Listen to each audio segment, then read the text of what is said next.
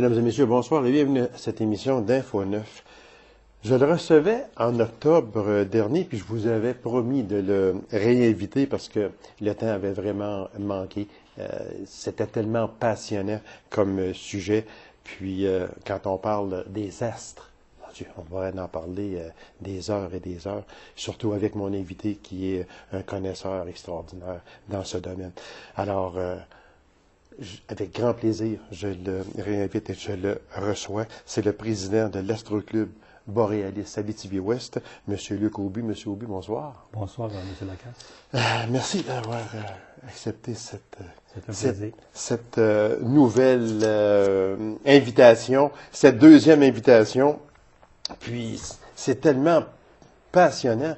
Moi, en tout cas, on va faire juste très rapidement sur l'Astroclub. Très vitement, c'est quoi l'Astroclub? On en avait parlé un peu l'autre jour, mais je veux revenir un peu sur ça. C'est quoi? Ça existe depuis combien de temps? Bon, le club existe depuis plus de 15 ans. Pour être honnête avec vous, j'ai pas la date Non, mais environ une quinzaine d'années. oui, c'est ça, oui. Puis, le club fait de l'observation quand c'est possible de le faire. Malheureusement, on a de temps en temps des nuages. Et également, on a des rencontres mensuelles dans lesquelles on parle du ciel du mois, entre autres. Il y a toujours des phénomènes intéressants à observer. À chaque mois, il y a des phénomènes intéressants? Pas nécessairement. Non, mais... Disons qu'il y a des mois plus tranquilles que d'autres, mais okay. De temps en temps, il y a des phénomènes intéressants, comme les deux dernières éclipses. Oui, qu'on va parler justement tantôt. Là. Fait que, en fin de compte, c'est un club qui existe depuis une quinzaine d'années, qui est en Abitibi-Ouest. Puis, parce que on termine toujours l'émission très rapidement. Ceux qui aimeraient en faire partie ont à faire quoi? On va le dire tout de suite là pour ne pas, parce que à la fin de l'émission, des fois, on n'a pas le temps d'en parler. Bon, là, on est en instance de création d'un site web, mais vous pouvez tout simplement aller sur le site qu'on appelle l'AAT, 4 fois la lettre A et la lettre T, et vous allez avoir des informations de base là, par rapport au club. Fait que tout ça est dans ça. Oui. Monsieur Aubu, les étoiles filantes, des fois, là, on dit qu'on envoie une pluie d'étoiles filantes. Pourquoi des fois on en voit beaucoup, puis d'autres fois on n'en voit pas du tout? Premièrement, une étoile filante, c'est quoi exactement? Bon. Les étoiles filantes proviennent des débris du passage de comètes dans le système solaire. Donc, qu'est-ce qui fait qu'à un moment donné, on en voit plus ou on en voit moins? Tout simplement, c'est que la trajectoire de la Terre, dans son orbite autour du Soleil, de temps en temps, va passer en plein dans un dépôt de débris laissé par le passage d'une comète. Et de temps en temps, elle va passer un petit peu à côté. Donc, c'est ce qui va faire finalement le nombre de taux horaires. Ce qui veut dire qu'à ce moment-là, il y en a continuellement, mais non visibles. Est-ce qu'on peut dire ça de même? Bon, il y a les étoiles filantes les plus connues, c'est les Perséides. Oui, exactement. Il y a environ 50 météores à l'heure. Sauf que beaucoup de gens ignorent que c'est pas les plus importantes. Les plus importantes, c'est les Géminides. Donc, les Géminides, c'est environ 150 météores à l'heure, lors du maximum. Donc, ce qui est le plus important là-dedans, pouvez-vous répéter votre question? Je m'excuse. C'est parce que ça veut dire qu'il y en a qui sont visibles, puis d'autres qui ne sont pas visibles. Ce que je voulais dire, c'est que dans l'année, ce que les gens ignorent, il y en a continuellement. À un moment donné, il y a des pluies d'étoiles filantes dont le taux est d'environ 2 ou 3 à l'heure, le météore. Tandis qu'il y en a d'autres, c'est un taux beaucoup plus important. Donc, quand vous voyez une étoile filante, c'est presque sûr que c'est une pluie d'étoiles filantes, mais ça peut être tout simplement une pluie secondaire. OK. Puis, ça s'en va où? Ça se promène, ça s'en va... Bon, c'est la grosseur d'une tête d'épingle ou un grain de poussière. Donc, ça se brûle carrément dans l'atmosphère. C'est chauffé. Tout simplement. Fait que, il est normal.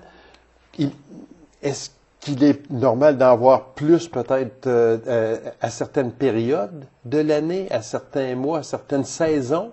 Est-ce qu'on en voit plus l'été? Non, on peut pas dire. C'est vraiment réparti là, durant toute l'année. OK, c'est réparti. Oui. On avait parlé de la fameuse, l'ISS. Bon, l'ISS, on disait que, il pouvait être visible de la Terre, parce qu'on disait aussi qu'il était à 385 km de la Terre. C'est quand même pas énorme à comparer au Soleil, à la Lune, à Vénus, à Pluton, bien tout ça. Exact. Ce n'est quand même pas aussi loin que ça. Visible 2 semaines, 2 semaines le soir et 2 semaines le matin. Oui. Moi, j'aimerais ça que vous nous expliquiez ça.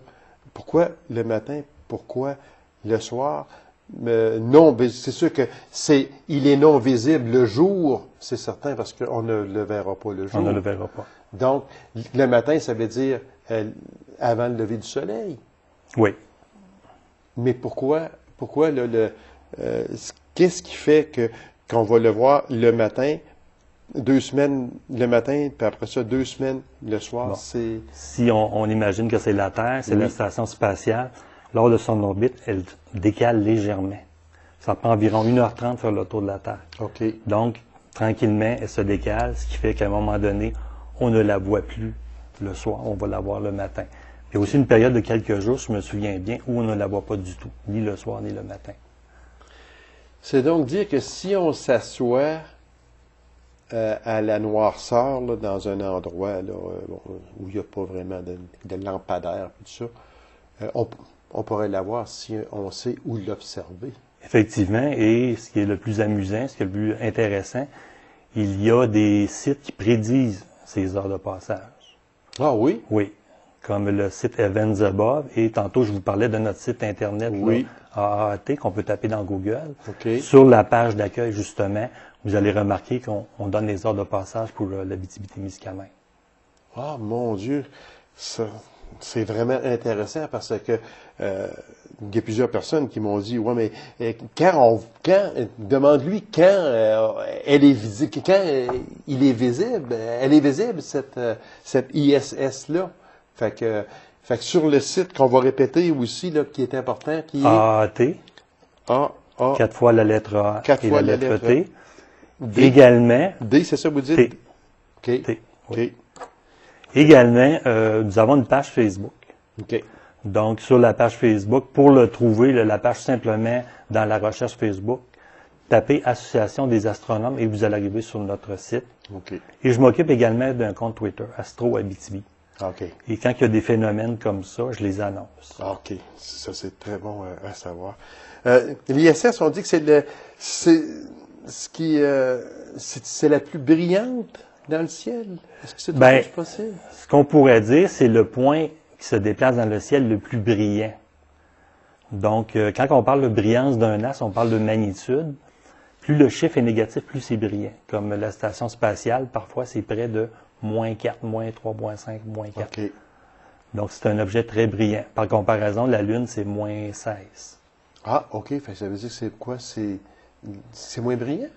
C'est plus brillant. Plus c'est négatif, plus c'est brillant. Plus c'est négatif, plus c'est brillant. Le Soleil, c'est -27, par exemple. OK, oui, mon Dieu. Oui. Très brillant. OK.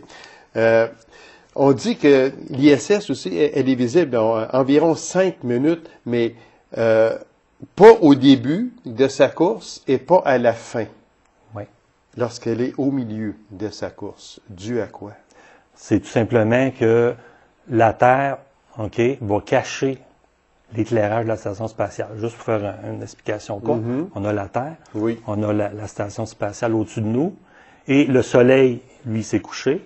Donc, à un moment donné, qu'est-ce qui se passe? Qu'est-ce qui fait qu'on voit la station spatiale? C'est le Soleil par en dessous de la Terre, même si on ne le voit pas, il est là. Okay. Il va éclairer le vaisseau spatial. Donc, on peut imaginer que rendu une certaine distance, le Soleil étant trop bas, il n'est plus capable d'éclairer la station. OK. On va aller avec la Grande Ourse, la fameuse Grande Ourse. Est-ce que la Grande Ourse puis la casserole merveilleuse, c'est la même chose? La casserole merveilleuse, je pense que oui. Je connais d'autres noms. On l'appelle aussi le chariot de David, là. Oui, ça, j'ai déjà entendu ça, exactement. Fait que la Grande Ourse, elle se situe à quel endroit exactement? On parle-tu du nord? C'est au nord. C'est au nord. Oui. D'ailleurs, elle sert de point de repère pour trouver l'étoile polaire. Ah oui? Oui. Si on prend les 2 étoiles du côté droit, bon, tout le monde connaît les 4 points de la casserole, là. Oui. Okay. Donc, le côté droit, les 2 étoiles qui sont là, OK? Et si on fait 5 fois cette distance-là, on arrive sur l'étoile polaire. C'est une étoile relativement brillante qui est toute seule dans son coin. L'étoile, OK. L'étoile polaire, elle est seule dans son coin. Bien, il y a d'autres étoiles, mais je veux dire la seule qui est brillante qui est dans brillante. son coin. Oui. Si je vous suis bien, c'est donc dire que lorsque l'on regarde au nord, la seule étoile brillante que l'on peut apercevoir est l'étoile polaire. Ça dépend du temps de l'année, parce OK. que, je vais vous donner un exemple, le Capella du Cocher, ces temps-ci, va se lever du côté nord-est. Donc, c'est pas l'étoile polaire. OK? Puis, normalement, l'étoile polaire, bon, on connaît la latitude, tout le monde, là. Exemple, ici, en Abitibi, on est à 48,8 degrés de latitude nord. L'étoile polaire est à la hauteur exactement de notre latitude. Ah oui. Donc, si je serais à 60 degrés de latitude nord, l'étoile polaire va être à 60 degrés. Eh mon Dieu, mon Dieu, mon Dieu. L'étoile polaire, est-ce que, par temps clair, c'est sûr, là, mais est-ce qu'elle est visible continuellement? Continuellement. Sauf que, pourquoi qu'elle est visible continuellement? C'est que la Terre, OK, tourne selon sa direction. Je ne sais pas si vous avez déjà vu des photos d'astronomes amateurs où on photographie l'étoile polaire et tout autour, vous allez voir les traînées laissées par les autres étoiles. Mais l'étoile polaire va être au centre et elle ne bougera pas. Parce que la Terre tourne sur elle-même et son axe de rotation il est orienté directement sur l'étoile polaire. C'est donc dire qu'une personne qui est perdue en forêt, je dirais pas ça de même. C'est un repère. C'est un repère. C'est un repère qui peut servir à beaucoup de choses. Oui. Qui indique véritablement le nord magnétique, le nord. Est-ce qu'on peut parler du nord magnétique? Le nord magnétique ou le nord géographique. Ou le nord géographique, ouais. C'est la même chose. Donc, c'est donc dire que lorsque on a à s'orienter pour le nord, l'étoile polaire, c'est le guide idéal. C'est le guide idéal, effectivement. Okay. Et juste une petite parenthèse, également, oui. les outardes ou les oies sauvages, il y a beaucoup d'animaux qui utilisent également les étoiles pour s'orienter. Pas la polaire nécessairement, mais les étoiles. Ça veut dire, est-ce que ça pourrait dire que là, peut-être qu'on est sur la fin de la migration, mais lorsqu'on va parler d'outardes, de bernaches, qui se dirigent vers le sud à ce temps-ci, peuvent se diriger selon les étoiles? C'est possible que ça se fasse. Il y a aussi, je vais vous donner d'autres exemples si ça vous intéresse. Oui, il y a également des tortues en Floride qui, à un moment donné, doivent se rendre à la mer et elles se guident en utilisant les étoiles. Mais c'est incroyable. C'est incroyable, effectivement. C'est vraiment incroyable. C'est donc dire qu'à ce moment-là, il se peut fort bien, parce qu'il me semble que depuis plusieurs années, parce qu'on parle de bernaches, parce que je les ai chassés tellement longtemps. Ah oui? Ah oui. Puis que là, on s'aperçoit qu'elles voyagent très souvent la nuit. Chose qui me semble qu'il y a quelques décennies passées, on ne voyait pas, on n'entendait pas. Maintenant, on se fait réveiller la nuit parce que les bernaches se passent. Fait que ça veut dire qu'à ce moment-là, elles se dirigent par une ou des étoiles. À ce moment-là. Bien, ça peut être le cas, mais il y a aussi un autre phénomène qui rentre en ligne de compte. Il y a eu des recherches à ce sujet-là. Semble-t-il que dans leur cerveau, il y a de la magnétite, donc ils sont sensibles aux champs magnétiques terrestres. Ah oui. Je sais que l'outarde est un oiseau migrateur. Même moi, j'irais jusqu'à dire que c'est l'animal sauvage le plus intelligent, je pense, que l'on peut trouver. Parce que là, je m'adresse aux chasseurs d'outarde, ceux qui la chassent encore aujourd'hui ou qui l'ont chassée. Lorsque l'on tue une outarde, ça paraît facile à RDS, là, qu'est-ce que l'on voit, là. C'est tellement facile, mais je me demande, entre parenthèses, la vérité, moi, d'accord, c'est pas comme ça qu'on la chassait, nous autres. Et puis, véritablement, chasser l'outarde, il faut essayer de la déjouer, et ce n'est pas facile. Croyez-moi, parce que ça a une intelligence extraordinaire. Surtout lorsqu'ils ont allé se coucher sur un étang d'eau. Elle s'assure qu'il y a plus que 300 pieds Parce qu'on sait qu'à plus de 300 pieds, le fusil de chasse ne se rendra pas à elle. En tout cas, c'est tout... elle se sent en sécurité à 300 pieds et plus. En tout cas, c'est tout réellement. Des pieds de vent, ce que vous savez, c'est... Moi, j'ai déjà entendu... Des pieds de vent. Ouais, ce sont des traînées blanches qui partent et qui descendent... je ne sais pas si c'est... Moi, c'est un mot que j'avais déjà entendu. Ça a probablement... Parce que je crois qu'il y a plusieurs... dans l'astronomie, il y a plusieurs noms que l'on peut donner à la même chose, peut-être. Bon, mais ça, ce sont des lignes blanches qui descendent vers le sol. Je ne sais pas si ça vous dit quelque chose. Ce que je pense ça pourrait être, c'est tout simplement la Voie lactée, notre galaxie, c'est le nuage qu'elle crée. Mais à part de ça, j'essaie de me demander c'est quoi des pieds de vent. Donc, la petite ours, ça existe aussi? Oui. La différence entre la grande ours et la petite ours? Bon. Elle a la forme d'une casserole également, mais en plus petit. Okay. C'est plus difficile à voir en ville. En ville, on peut voir la grande ours. La petite ours, c'est moins évident, ça prend quand même un ciel noir. Et la première étoile de la poignée de la petite ours, c'est l'étoile polaire. Ah oui? Donc, une fois qu'on a trouvé l'étoile polaire, on a trouvé nécessairement la petite ours. C'est donc dire que c'est une autre chose que l'on peut, sur laquelle on pourrait s'orienter vers le nord. Ça veut dire que la grande ours et la petite ours, l'étoile polaire n'est pas loin. Oui. C'est comme ça que l'on peut appeler ça. Parce que moi, si je me situe avec le chalet chez moi, quand on regarde la grande ours, on est au nord. Ou presque. Ou presque au nord. Presque au nord, exactement. Donc, c'est un indice qui pourrait donner... Oui, un excellent indice. OK. Des météorites. On en entend parler, même une qui a frôlé il n'y a pas tellement longtemps. Des météorites, ce sont des débris, ça aussi? Oui, c'est des collisions. Premièrement, d'où ça vient, là? Il y a des espèces de réservoirs aux extrémités du système solaire. Vous avez ce qu'on appelle la ceinture de Kuiper, au-delà de l'orbite de Neptune. Vous avez également la ceinture d'astéroïdes entre Mars et Jupiter. Je ne sais pas si vous avez déjà entendu parler, là. Il y avait différentes théories à ce sujet-là. Il y en a qui disaient que c'est une planète qui avait explosé. Il y en a d'autres qui disent que, en raison de la gravité de Jupiter, c'est une planète qui n'a jamais pu se former. Donc, c'est comme des morceaux, ils essaient peut-être de se souder ensemble, ils ne sont pas capables, là, à cause de la gravité très forte de Jupiter. Et il y a aussi ce qu'on appelle le nuage d'Oort. Bon. Si on parle vraiment des météorites, là, ce qui est le plus fréquent, ça provient vraiment entre la ceinture, entre Mars et Jupiter. Et qu'est-ce qui se passe à ce moment-là? Il y a des cailloux qui sont relativement regroupés. À un moment donné, il peut y avoir des collisions entre eux. Donc, la collision peut dépendre de différents facteurs. À un moment donné, les planètes en orbite peuvent se rapprocher et amener un changement de gravité et il y a une collision entre deux morceaux de roche. Il y a un fragment qui est libéré et il fait une bonne tournée dans le système solaire et à un moment donné, il peut se ramasser dans l'atmosphère terrestre. On nous dit qu'il en tombe régulièrement. Est-ce que c'est possible? Mais c'est sûr que ça peut tomber dans l'océan, ça peut tomber...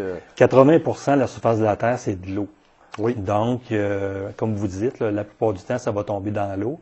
Le pays le plus grand du monde, c'est l'URSS. Donc, les chances que ça tombe en URSS sont encore plus élevées qu'ailleurs. D'ailleurs, c'est voilà un an ou deux, là, il y a eu la fameuse météorite là, qui est tombée en Russie. Là. Oui. Donc effectivement... j'aimerais, parce qu'il reste à peine 2 minutes, puis je voudrais absolument parler, si vous me permettez. Pourquoi qu'il y a cette année tant d'éclipses? Est-ce que c'est normal? Parce que éclipse de lune, on en a eu 2 là, dernièrement. Éclipse du soleil partiel. Mais il me semble que cette année, on en a beaucoup. Est-ce que c'est normal? Bon, premièrement, il y a toujours 2 éclipses minimum par année. Sauf qu'elles ne sont pas nécessairement visibles dans la région. Mais il y en a toujours 2. Puis généralement, quand il y a une éclipse de soleil, 2 semaines avant ou 2 semaines après, il y a une éclipse de lune. Si vous avez remarqué, au mois d'octobre, c'est exactement le cas. OK. Et c'est normal. Et c'est normal. Sauf qu'on ne les voit pas toujours. Elles ne sont pas visibles à l'œil nu. Effectivement. Puis les éclipses de soleil, on les voit complètes, on les voit très rarement en Abitibi. D'ailleurs, la prochaine est prévue le 3 mai 2106. L'éclipse totale du soleil. 2106. On ne sera pas là pour On sera pas là pour admirer le tout. Je ne pense pas que nous allons être là. L'étoile la plus brillante, Vega. selon vous? Il y en a d'autres de brillantes, là, mais Vega, c'est une des plus brillantes qu'on voit dans le ciel. Dans l'hémisphère nord, c'est Vega. Aurore boréale, le temps de l'année où on en voit le plus? Semble-t-il, c'est pas prouvé, mais les recherches montrent que c'est au printemps et à l'automne, au début du printemps et de l'automne. Monsieur Aubu, merci beaucoup. C'est vraiment passionnant, vraiment intéressant. Merci de vous être prêté à ce jeu des questions. Puis, c'est vraiment très intéressant. Pour moi, c'est toujours un plaisir. Ben, c'est réciproque, Monsieur Aubu. Alors, Parfait. je vous remercie beaucoup. Merci. Alors, mesdames et messieurs, courte pause. On va revenir immédiatement après. Restez avec nous.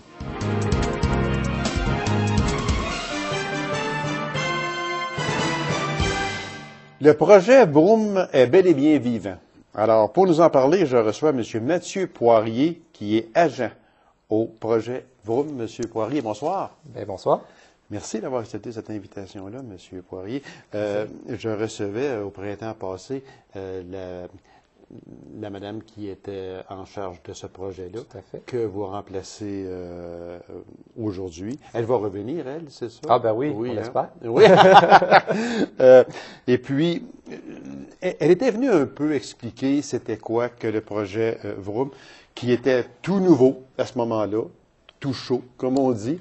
Et puis, je lui avais dit qu'on était pour tenir les gens au courant parce que je trouve que c'est important, ce projet-là. D'ailleurs, chaque projet est important, mais celui-là, moi, à mon point de vue, il est très important.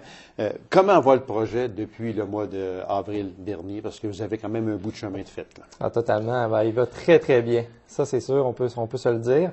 On est chanceux, on est bien entouré de partenaires qui nous aident à grandir. Oui, on va en revenir justement à vos partenaires tantôt. Tout à fait. Puis, pour ceux qui n'auraient pas pris la première émission sur le projet Vroom, si je vous demandais c'est quoi le projet Vroom, parce que le nom est accrocheur.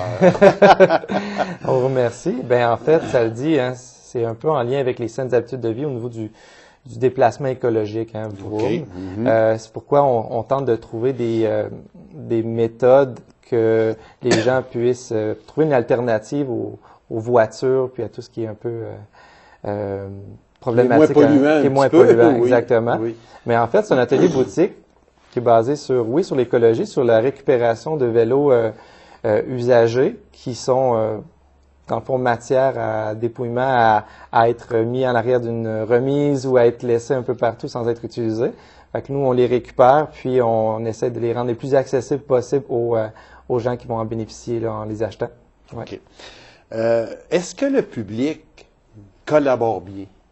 Ah, ça, c'est certain. On est très chanceux. Oui. Tantôt, j'ai mentionné le partenaire, mais le public, ça en fait partie aussi. Parce que nous, on fonctionne selon les dons qu'on reçoit. Okay. Si on n'a pas de dons de la part du public, on ne fonctionne pas. Puis, je pourrais même dire, environ, on a reçu depuis peut-être un peu avant le lancement, environ en haut de 100 dons de vélos usagés, ce qui fait quand même beaucoup. Mon Dieu, oui. Puis c'est sûr qu'ils ne seront pas tous récupérés à 100%, mais les pièces seront réutilisées pour en faire peut-être avec 3 vélos, d'en faire un, puis après ça. Bon. Là, si on résume bien, là, Monsieur Poirier, on a un vélo chez nous. Oui. Il ne sert plus. Puis il est brisé un peu. Puis on sait fort bien qu'il va rester là tant et aussi longtemps parce qu'on n'en fera plus avec. Oui. Fait qu'il va être, comme vous le dites si bien, peut-être en arrière du garage, en arrière de la remise à la grosse pluie, il va rouiller une bonne fois, mais on va le prendre, puis on va aller le mettre à la récupération des groupes, ou peu importe. Vous autres, votre projet, c'est de donner une deuxième vie à ce vélo-là. Là. Totalement. Ça ne veut pas dire que, puis ça, il faut bien insister sur ça, là, puis je pense que vous allez être d'accord avec moi, les gens ne doivent pas se dire ah ben là, regarde, moi, il est fini. Je ne peux pas aller porter ça là. Ils ne pourront jamais arranger ça, mais il y a des pièces là-dedans. C'est ça aussi là, qui est important. Ah oui, c'est important. D'autant plus que des fois, on croit que le vélo il est vraiment bon pour la ferraille, qu'on peut juste le réparer parce qu'on fait la réparation. Oui. Mais oui, c'est sûr qu'il peut y avoir des pièces. Puis des fois, c'est impressionnant parce qu'il semble tout rouillé, une pièce qui semble tout rouillée, mais on peut la récupérer. On a des techniciens vraiment hors pair qui fait partie du projet, qui sont primordiales à la réussite du projet. Actuellement, on en a 5 et c'est grâce à eux qu'ils nettoient et qu'ils récupèrent ces pièces-là.